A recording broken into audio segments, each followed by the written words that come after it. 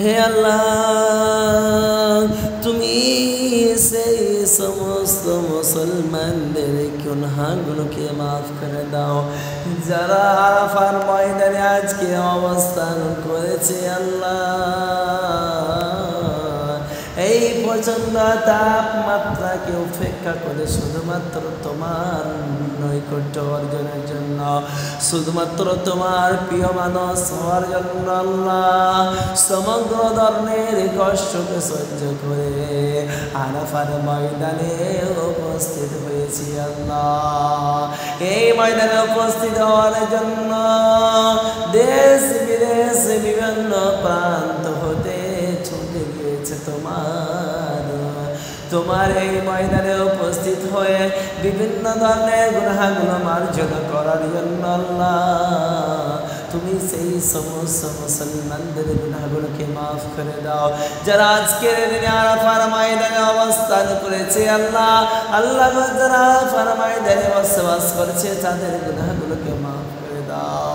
আয় আল্লাহ, তুমি আজকের দিনের ওসিলাতে তুমি ফিলিস্তিন মুসলমানদেরকে তুমি হিফাজত করো। আল্লাহ, আয় আল্লাহ, তুমি মায়ানমারদের মুসলমানদের উপর তুমি সংরক্ষণ করো। আল্লাহ, আয় আল্লাহ, কাশ্মীরি মুসলমানদের তুমি হিফাজত করো। আল্লাহ, আয় আল্লাহ, তুমি আসামের মুসলমানদের তুমি সংরক্ষণ করো। আল্লাহ, আয় আল্লাহ, তুমি ছাড়া আমাদের এই দুনিয়াতে কেউ নাই যার কাছে আমরা কোনো কিছু সাহায্য চাইবো। আল্লাহ, তুমি তুমি ওয়াহদাহু লা শারীকা লাহু ওয়া হুয়া আলা কুল্লি শাইইন কাদির। আল্লাহ, তোমার হাতে সমস্ত কিছুই রয়েছে, তুমি সমস্ত ক্ষমতার মালিক। আল্লাহ, তুমি আমাদের গুনাহগুলোকে মাফ করে দাও। আল্লাহ, তুমি আমাদের পাপগুলোকে মার্জনা করে দাও। আল্লাহ, আয় আল্লাহ, যারা এই দিনগুলিতে রোজা রেখেছে আল্লাহ তাদের গুনাহগুলোকে মাফ করে তাদেরকে তুমি জান্নাতবাসী করে দাও। আয় আল্লাহ, তোমার রাসূল জনাব মুহাম্মদ মুস্তাফা আহমদ মুজতবা সাল্লাল্লাহু আলাইহি ওয়াসাল্লাম হাদিসের মধ্যে বলেছেন, সিয়াম ইয়াউম আরাফাত সিওয়া ইউকাফির সানাতাল লাতী ক্বাবলা ওয়া সানাতাল লাতী বাদা। আয় আল্লাহ, তোমার নবী तमाम হাবিব জনাব মুহাম্মদ মুস্তাফা সাল্লাল্লাহু আলাইহি ওয়াসাল্লাম বলেছেন, যারা আরাফার ময়দানে রোজা রাখবে, আরাফার রোজা রাখবে তাদের 2 বছরের গুনাহগুলো মাফ করে দেওয়া হবে। আয় আল্লাহ, তোমার অনেক গুনাহগার বান্দা আল্লাহ এই দুনিয়ার বুকে রোজা রেখেছে শুধু এই গুনাহগুলো মাফ করার জন্য।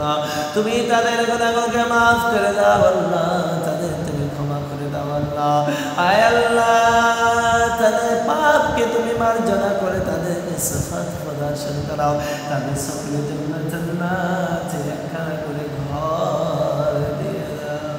রাসূলুল্লাহ সাল্লাল্লাহু আলাইহি ওয়াসাল্লাম হাদিসের মধ্যে বলেছেন, যেই ব্যক্তি আল্লাহ সুবহানাহু ওয়া তাআলার জন্য রোজা রাখবে তার জন্য জাহান্নামের আগুনকে হারাম করে দেওয়া হবে এবং তাকে জান্নাতের মধ্যে এমন একটি দরজা দিয়ে প্রবেশ করা হবে যে আল্লাহর সুন্নাহ হবে রোজাদার ব্যক্তির জন্য। সেই দরজা দিয়ে তুমি সমস্ত রোজাদার মুসলমান ব্যক্তিদেরকে জান্নাতে প্রবেশ করে। আল্লাহ, আল্লাহ গো, তোমার কাছে চাইছি আল্লাহ, তারপরও কিন্তু তোমার কাছে এতটা ধনভাণ্ডার রয়েছে আল্লাহ, তুমি দিতে কোনোদিন পিছ পাও না আল্লাহ।